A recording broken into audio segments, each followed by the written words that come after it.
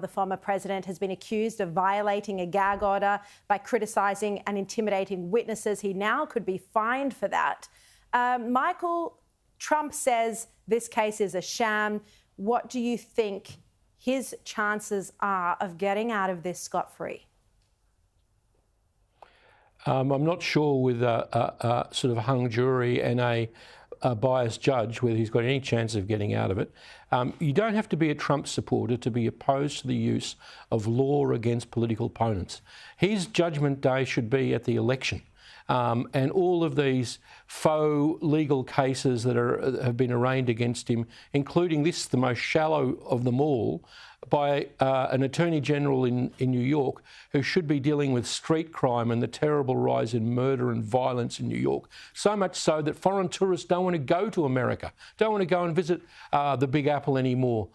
So, you know, the wrong emphasis by the justice system in America, the use of law, which is very South American, Venezuelan style against political opponents.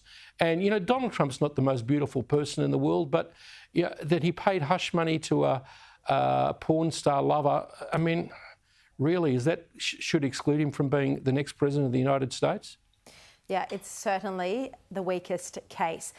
Before we go, Michael Kroger, I want to ask you about yet another case of eye-watering hypocrisy when it comes to flying private jets. This time, Queensland Premier Stephen Miles has been caught out.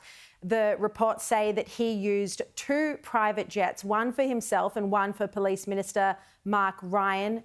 This, according to a report in The Australian. The pair were conducting a regional crime tour of the state. They were flying, according to the media reports, the same routes on Monday, Tuesday and Wednesday, but for some reason they couldn't fly together on the one jet. Michael Kroger, this is just getting ridiculous now. Such a waste of money. Well, it is. I mean, yeah, ask these people, if you were spending your own money, would you have 2 jets? If you're spending your own money, they'd have 1 jet, or better still, they'd take some kind of alternate transport which is much cheaper. The poor old taxpayer gets beaten over the head every day by these careerist politicians like Miles and others who've never had proper jobs in the private sector. They've never run a business. They think money is free. It's on a money tree. And another disgraceful episode of just, you know, government sort of largesse, spending the public's money as if it's come off a money tree. I mean, shame on him. The good news, Sharri, is he won't be flying much after the election in October because he won't be Premier any longer. Yeah, but is the opposition bloke much different on policy? I hope so, and I think so. Certainly a lot tougher on crime, and that's one of the big problems today in Queensland, as we know.